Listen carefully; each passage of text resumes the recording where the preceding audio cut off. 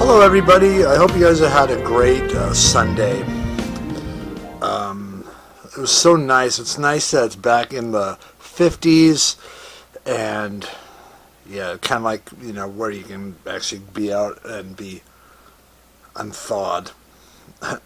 Anyways, the message for today is that, as you probably all know, that everyone that's been watching that's on any kind of electronic knows that it's like, NFC, AFC championship time for the playoffs in 2 weeks. Or not playoffs, but Super Bowl for 2 weeks.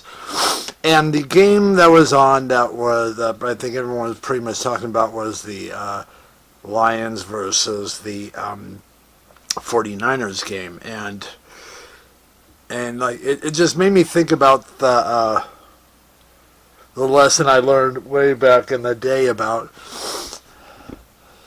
that, like, life doesn't really, or like your goals and your persistency and your lifestyle never ends until you get to the very end, the 100-yard mark.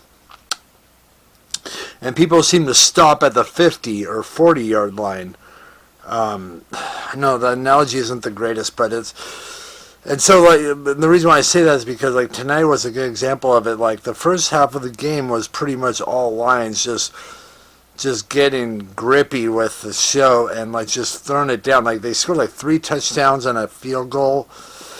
But then, like, the second half came up and they didn't score anything, and then ended up 49ers pulling it off at the end. So, the game is never over until it is over. Because you never know. I had my doubts, honestly, at the first half, and I was like, they might get a score or two in, but nothing. But they kept going, and I don't know if they had like a pretty good pep talk at the halftime or what it was, but like they switched their gears and like ended up winning the game.